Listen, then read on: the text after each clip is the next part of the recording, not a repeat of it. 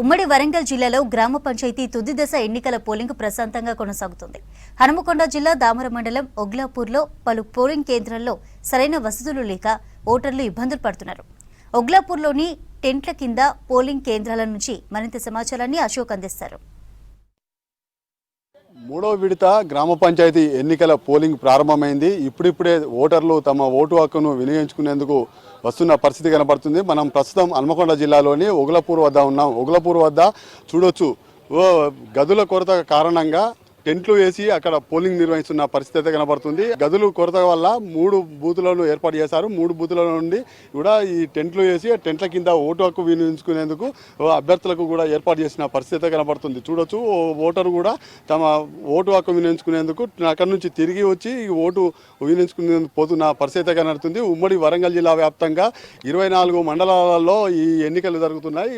ప్రధానంగా ఇవాళ ములుగు జిల్లాలోని వాజేడు, వెంకటాపురం, ఛత్తీస్గఢ్ తో పాటు వాజేడు మధ్యలో ఉన్న దట్టమైన అటవీ ప్రాంతంలో ఈ ఎన్నికలు పోలింగ్ జరుగుతుంది. ఆ ఎన్నికలు ఓటు హక్కు వినియోగించుకునేందుకు కొంత మారుమూల అటవీ ప్రాంతంలోని గ్రామ ప్రజలను కూడా తీసుకొచ్చి తమ ఓటు హక్కు వినియోగించుకోవాలని చెప్పడంతో వాళ్ళు కూడా కాలినడకన వచ్చి ఓటు వేసుకుంటున్న పరిస్థితి కనబడుతుంది. అక్కడ ఎలాంటి అవాంఛనీయ సంఘటనలు జరగకుండా కూడా పోలీస్ బందోబస్తు నిర్వహించారు. ఒకవైపు డాగ్ స్క్వాడ్లతో తనిఖీలు చేస్తున్న పరిస్థితి అయితే కనిపిస్తుంది.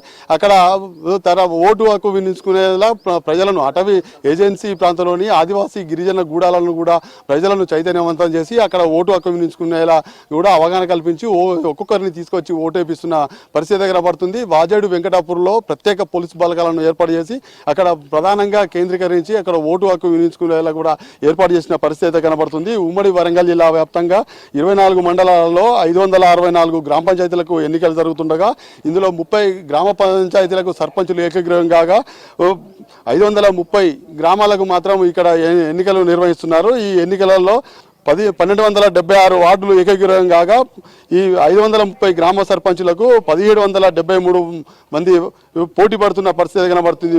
మొత్తానికి 3620 వార్డులకు గాను 9144 మంది అభ్యర్థులు పోటీ పడుతున్న పరిస్థితి కనబడుతుంది. ఈ ఎన్నికలు 7 గంటల నుంచి 1 వరకు జరిగే ఎన్నికలు నిర్వహించిన తర్వాత ఇక్కడ కౌంటింగ్ ప్రారంభమయ్యేలా కూడా అన్ని ఏర్పాటు చేసుకున్న పరిస్థితి కనబడుతుంది.